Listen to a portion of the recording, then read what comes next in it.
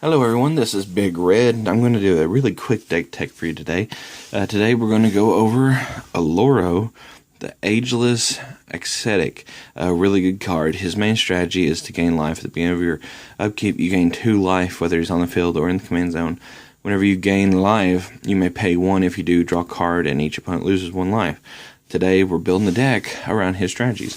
This is my very personal deck. This is a homebrew, which I'm very, very proud of. I take it to Grand Prix, some of the bigger events, and it performs really well for me. Today, let's fix our camera first. Okay, this is nothing fancy. I'm just working with a phone and a little tripod. Okay, we're going to look at our lands. We run a total of 34 lands. We run 3 plains. We run 3 beautiful swamps. These lands are from the Unstable set. We run 6 islands. I need to get a few more pretty islands. We run 5 of our any color lands. Archon Sanctum, Commander's Tower, Grand Coliseum, Mana Confluence, and City of Brass. For our multi-lands, we have Drowned Catacomb, Sunken Hollow, Alamar Depths. We have Orbog, Tomb of Yawgmoth. This is really going to come in handy with our pain lands, our lands where we have to take damage from mana. This is going to fix that. Serra's Sanctum. This is not a budget build. This is a higher build. This is a wonderful card to have because we're going to run a lot of enchantments today. Isolated Chapel. Caves of Koilos. Orzhov Basilica, however you pronounce that. Reliquary Tower, wonderful to have in any game of Commander, considering it's there's going to be a lot of card draw, even in our build. Temple of the False Gods for some mana ramp. Adarka Waste. Nimbus Maze. Azareth Chancery. Hollowed Fountain. Godless Shrine. Temple of Deceit, and Temple of Enlightenment. Those are our lands, and we're going to get another blue-black shock to put in there before too long. I just haven't really had a chance to go through them yet. Alright, now onto our artifacts. We run 13 artifacts. We've got Commander's Sphere for the card draw. We've got Obelisk of Esper for any color. Soul Ring for another ramp. Darkstone Ingot. I love the ability for the indestructible. You don't know how many times I've had all my artifacts destroyed. Orzhov Signet. Chromatic Lantern. This is also good for our pain lands or for our lands that just tap for colorless, or like the Temple of the False Gods. If I don't have it out there with 5 lands, this allows it to tap for any color. A wonderful card to have in any deck that runs 3 or more colors. I guess you could run it in 2 or less colors, but I would suggest it in 3 or more. That's where it really shines. Aetherflux Reservoir. This card is a win condition in our deck. Whenever I cast a spell, I gain 1 life for each spell I cast this turn. I can pay 50 life and have this card deal 50 damage to our creature or player. A lot of people forget about the creature, and they mostly focus on the player, but if you need to, that is an ability of the card. You can shoot a creature. Don't forget that. But I've got several win conditions in my deck for this card, which we'll see later. And Oloro gains us so much life. This right here almost begs to be in it. Wonderful card to have. Alhammer's Archive. If you were to gain life, you gain twice that many. If you was to gain a card, or if you was to draw a card, other than the first card of each turn, you draw 2 cards instead. This is wonderful, especially with our Aetherflux, because it gains us double that life. So our 2 a turn goes to 4 a turn. Really nice.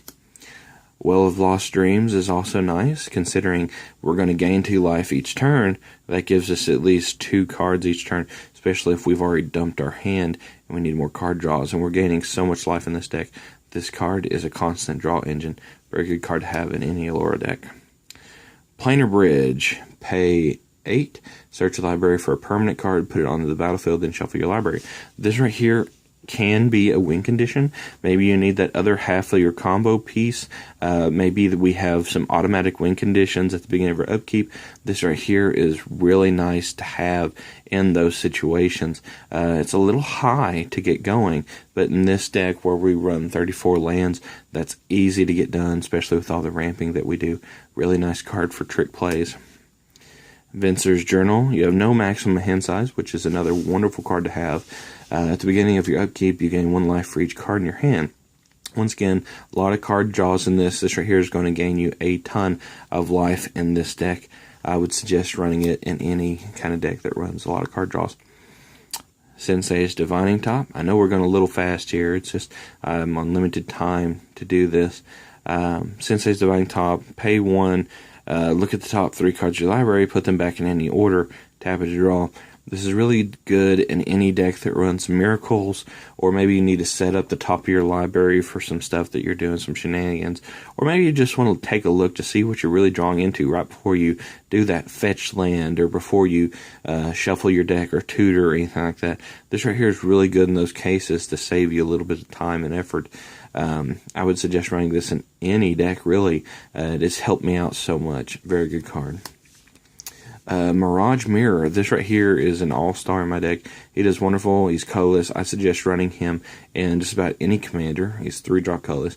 Pay 2. He becomes a copy of target artifact, creature, enchantment, or land, which is absolutely wonderful. Maybe you're running the Sanguine Blood combo, and your opponent has the other half of the combo on the field, and you have the other spot. This right here, play it, make it a copy. You're good and golden. Or I don't run a lot of creatures in this deck. This right here, if someone's swinging at me, make it a copy of a creature, block.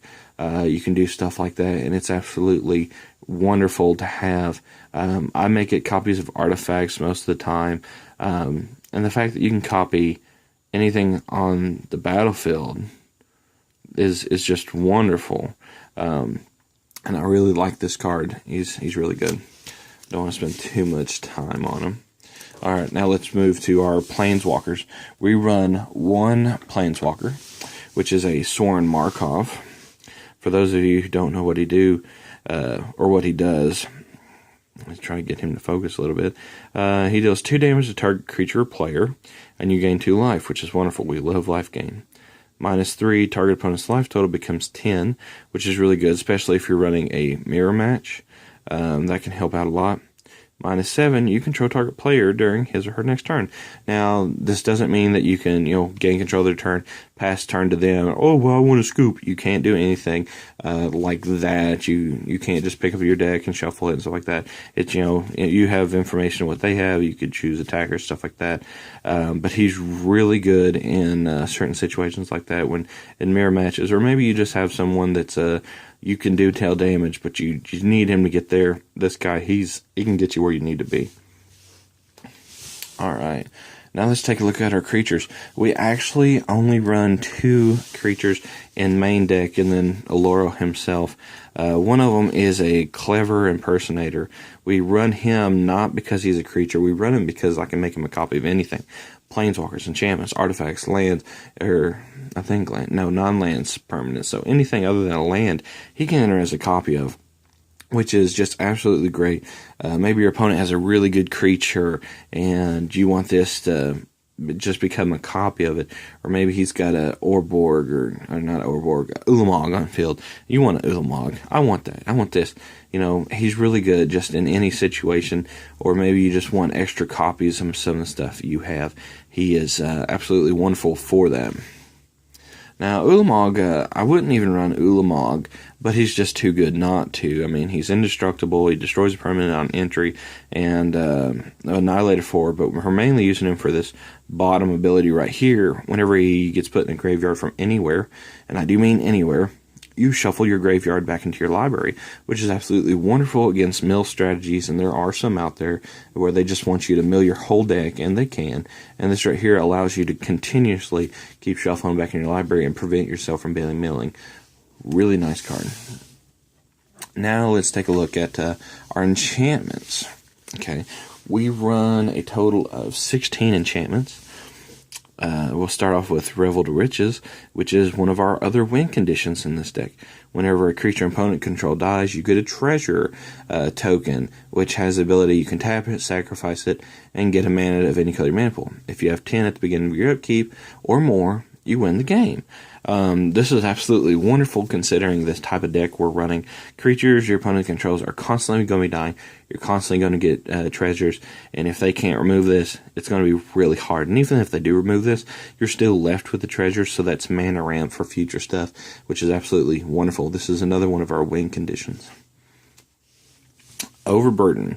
Whenever a player puts a creature card into play, that player returns a land he or she controls to his owner's hand. This right here is wonderful, especially early game. It's only a little 2-drop. You play it, your opponents are constantly playing creatures, especially in elves. They're going to be bouncing a ton of lands to their hands, and while they're sitting there just trying to play and keep up with the game, you're going to excel in mana ramping, and it's going to make the game a lot more fair in your hand. Wonderful card to have. A lot of people don't even know about it, but I suggest it in just about any deck that doesn't run a lot of creatures, because keep in mind, it does say whenever a player, you are a player, your creatures will bounce your own lands.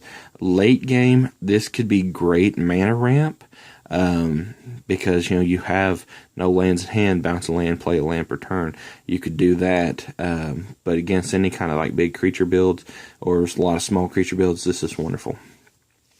Layla and Anticipation. If it's in your opening hand, you get to put it straight into play. You may cast non-land cards as though they had flash. This is absolutely wonderful. In opening hand, it's free, so it ain't like it's taking up space. But on the other hand, it allows you to cast anything instant speed. Your field wipes, your sorcery spells, your enchantment spells, all that. It allows you to keep all of your mana untapped and open for shenanigans, like if you're running counter spells. Like that one right there, you can keep it open for that, and if no one has any kind of shenanigans, you don't feel like you wasted your whole turn, holding off on playing your enchantments, your artifacts and stuff, and holding a counter spell for those situations. That's what this is for. This is more of a control situation than anything else. It allows me to say, alright, I'm just going to wait, see, I'm going to bide my time. Nothing happened? Alright, dump my hand, open my mana again during my turn, and do it again. That's what this is for, and that's why it's in there. Spreading Plague. We run a lot of field wipes. I mean, a lot. We only run 2 creatures in our main deck, so keep that in mind. And Spreading Plague is one of our field wipes that stay on the field. It's absolutely wonderful. Whenever a creature comes into play, keep in mind a creature, so that means tokens, anything comes into play. Destroy all other creatures that share a color with it. They can't be regenerated. With this on the battlefield, Oloro turns into a 3-color field wipe, destroying anything that share color with him, and considering 3 out of the 5 is absolutely wonderful. Absolutely wonderful build. This right here is just a constant field wipe. This has changed my deck. This has helped me out in so many ways. A must-have in any kind of deck that don't run a lot of creatures. Or if you're running Eldrazi's, keep in mind they're colorless, so they don't share a color with anything. But other than that, wonderful card to have. Painful Quandary. Whenever opponent casts a spell, that player loses 5 life unless he or she discards a card. This is really wonderful. Early game, you're constantly making them discard cards. That's basically having the best counter spell ever. They're discarding cards, you don't have to worry about countering them. That stuff out of their hand and gone, and whatever they decide that they do want to play, you can counter it. And it's absolutely wonderful, and they still have to discard a card or lose 5 life. Considering we're not doing a lot of damage in this deck, this right here is absolutely wonderful to have. They're losing life, and you didn't have to do nothing for it. Wonderful enchantment for a little 5-drop. For our card draws, we have stuff like Heuristic Study. A little 3-drop, whenever an opponent plays a spell, you get to draw a card unless they pay 1, which is absolutely wonderful. A lot of people want to just dump all their mana and stuff, especially with stuff with X in it, and they don't want to pay that 1 for this. They want their value in their stuff. So you get to draw that card for answers like this right here.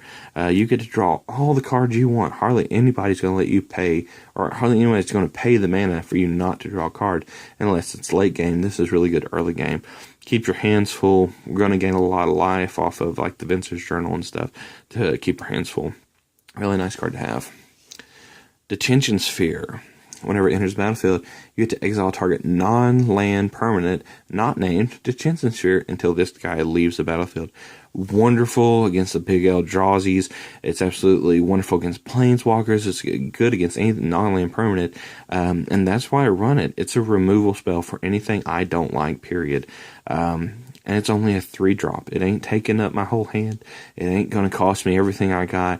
They may be paying all their mana for something, but this rare is wonderful, especially with stuff like the Hangerback Walkers, where they dump all this mana into it, and if it dies, then, you know, they're going to get a ton of stuff. This right here, you play it on it, exile it, they remove it, that's fine. They're going to get a 0/0 whenever they come back in. That's why these kind of things are here, to prevent those kill triggers, and it's absolutely wonderful. Or just getting rid of those annoying planeswalkers that you just don't like. That's what that's there for. Land tax. Any of you who don't know what this is, get ready, because this is wonderful in any deck that runs white. During your upkeep, if an opponent controls more lands than you, you may search your library and remove up to 3 basic land cards, put them into your hand, reshuffle your library afterwards. This is wonderful. This is a wonderful card, especially if you're going second. It allows you to keep that mana tempo up. And even after your opponent stops playing mana, you're going to have so much mana in your hand that you can keep going, especially if you have like a Reliquary Tower in hand or a Vince's Journal on field, you know, where you don't have to discard your hand. This is wonderful. You never have to worry about mana problems again. This guy is going to save you. Consulate Crackdown. Whenever it enters the battlefield, you may exile all artifacts. Whenever it enters the battlefield, exile all artifacts your opponents control until this card leaves the battlefield. This is wonderful against artifact builds. And even if not that, it's good against slowing your opponents down. Get rid of their Soul Ring. Get rid of their signets and stuff. This right here is going to slow them way down. And it's enchantment. There's not a whole lot of enchant removal out there. And that's why I run this, because it's so good at just disrupting their whole plans. A really good card. This is another one of our win conditions. At the beginning of your upkeep, if you have 50 or more life, you win the game. And Planar Bridge allows us to get this out at the end of my opponent's turn. Or even the Ley Line of Anticipation. Cast this at your opponent's turn. You just win the game flat out because Oloro is gaining you so much life. This guy right here, he does the trick. He's going to win you the game. Wonderful card to have in the deck. It's a Test of Endurance. It's only a $5 card. I'd pick it up in any kind of life game strategy. We have the combo here. A lot of people know about it already.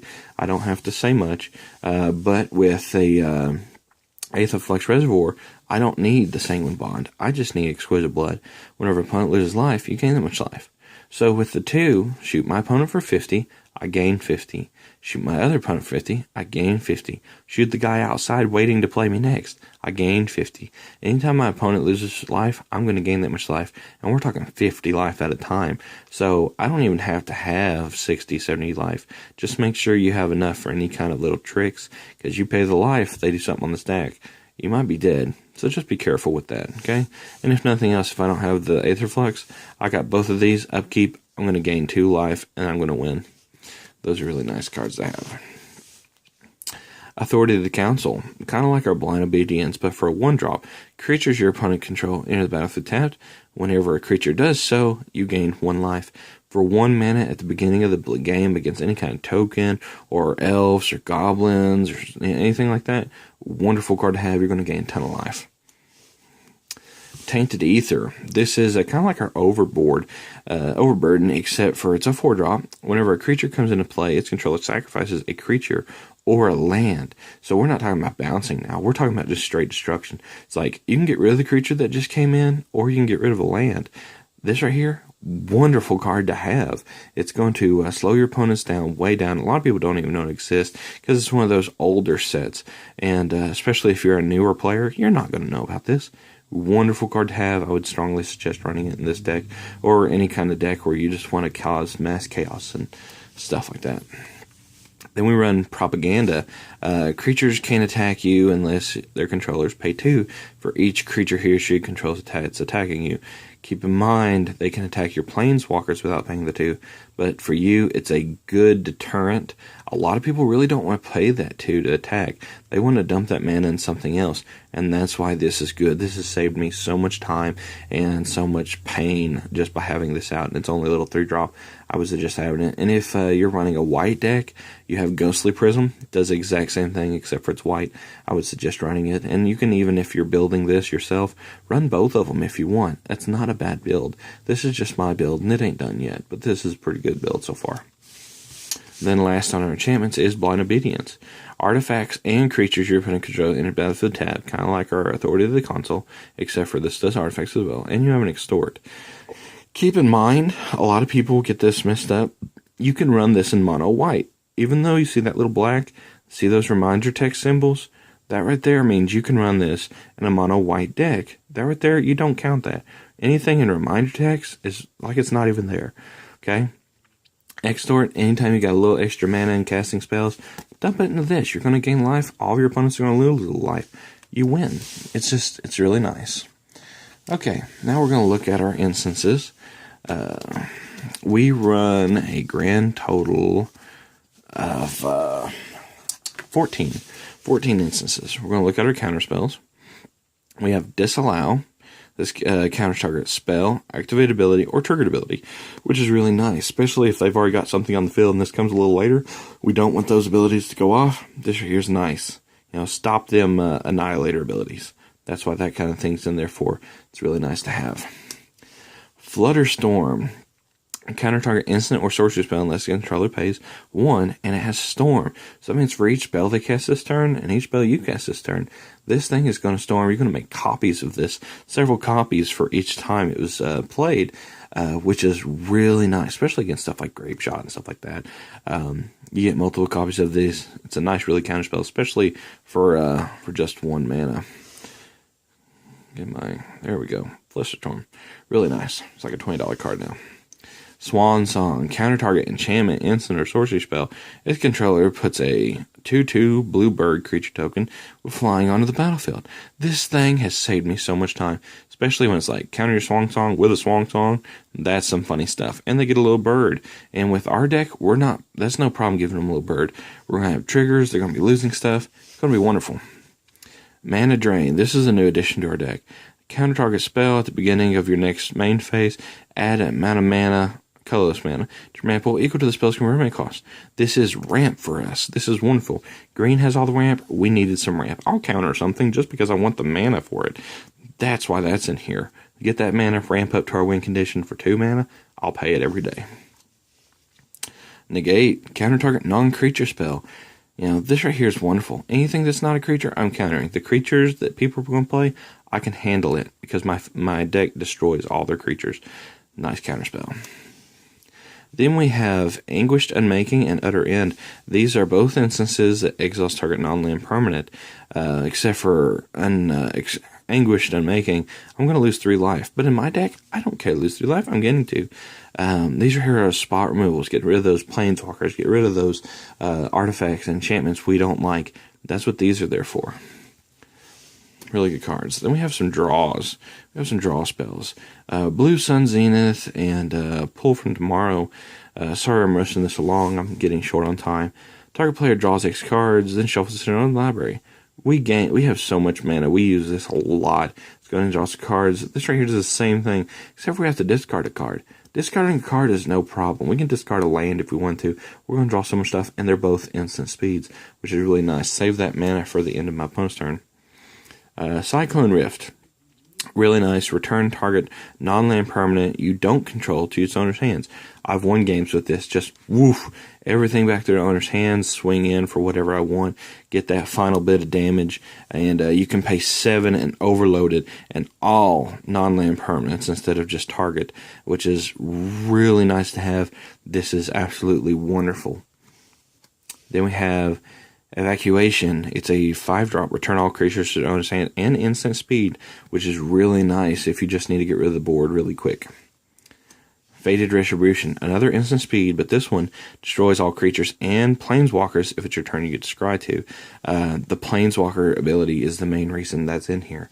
Because sometimes you just play those decks where they have tons and tons of planeswalkers and you just need to get rid of them. Alright, we're going to speed along through this. For our mass removals, we have All This Dust. Each player sacrifices all colored permanents he controls. This is wonderful against Indestructible because you're making them sack it. They're not destroying it. Merciless Eviction, this one lets you choose, and they exile them. So anything that has hexproof, anything indestructible, this right here is going to get it. You can get artifacts, creatures, enchantments, or planeswalkers. I love the option, and that's why that's in here. Even though Whelming Wave, you'd think it wouldn't be that good because it allows Kraken, Serpents, Leviathans, Octopuses.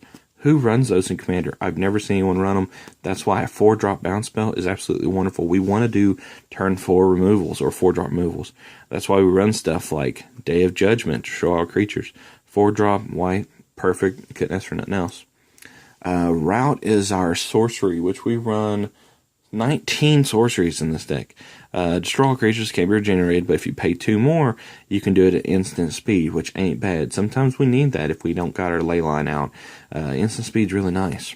I love this field wipe. Fumigate, destroy all creatures. You gain 1 life for each creature destroyed this way.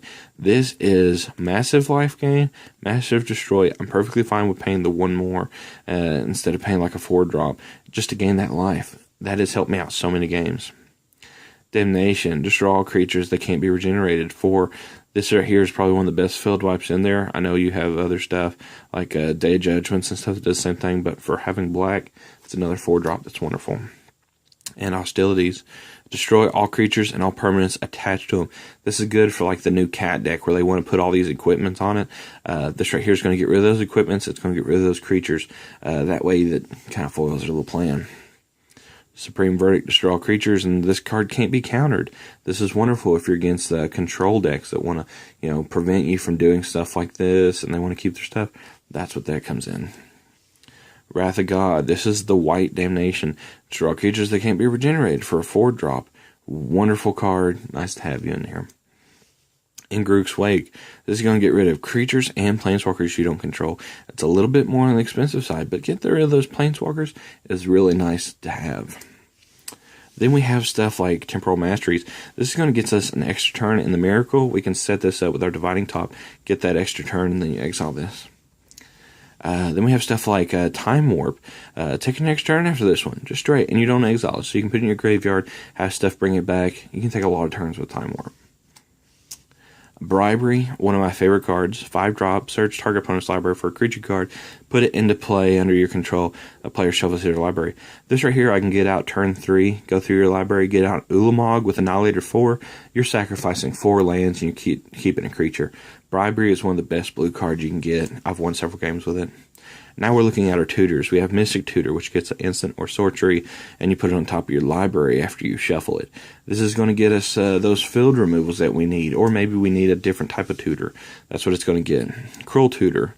Search your library for any card, put it on top, and you lose 2 life. This is really great because 2 life, that's nothing. We're going to gain that back, and it's just like a free tutor. Put it on top of your library. That's fine. We'll get it next turn. Or use stuff like Dividing Top to get it now. Search your library for an artifact, reveal it, put it in your hand. This is going to get us our Aetherflux Reservoir, maybe our Soul Ring, something like that. This is a win condition. This lets me go get that win condition. This is Enlightened Tutor. This is a different language one, though. It's instant speed, lets you go get a enchantment or artifact. This is going to get you those win conditions I was telling you about. All these tutors are like a win condition in your hand, and the more win conditions you have, the better. Demonic Tutor, this is the more well-known one. It's a 2-drop, search your library for a card, put it in your hand. This tutor I really like because of the putting it in your hand thing. You can just get your win condition and just win with it. It's really nice, especially if you've got Leyline out. Diabolic Revelations. Maybe you need more than just 1 card. Maybe you need to tutor for more than that. Diabolic Revelations is going to let you search for X. So I usually get 4 or 5 off this. And especially if you got your Leyline out, instant speed searching, that's really nice. And they all go to your hand. And then you have Diabolic Tutor. A lot of people don't run this, but for a 4-drop, it does the same thing as Demonic Tutor. This right here is a wonderful card. I like this artwork the best. Let you go get a card, put it in your hand. That's another win condition. And that's the Oloro deck, everyone. That is my version of it. If you want to play in 1v1 where Oloro is banned, I would suggest running her. She is Sidri the Genius. Make target artifact a creature and give it lifelink and death touch. Let's say my Aetherflux Reservoir, okay? Maybe that's the only one you have out. You make it a creature, give it lifelink and death touch, and then shoot someone for 50. It has lifelink and death touch, so you can kill all the creatures on the board. You can kill all the players you have, because every time it does damage, it's going to gain you that much life. That's why she's in there. Or I'll hammer. Swing it, you gain 5 life, which gains you 10. She's really good for 1v1, and that's usually what I'll do. I'll switch these back and forth. If I'm playing more pod, I'll play him. If I'm playing 1v1, I'll play her. And that's it, guys. Thank you for tuning in, and this is my Oloro deck. We'll see you all next time. See you guys.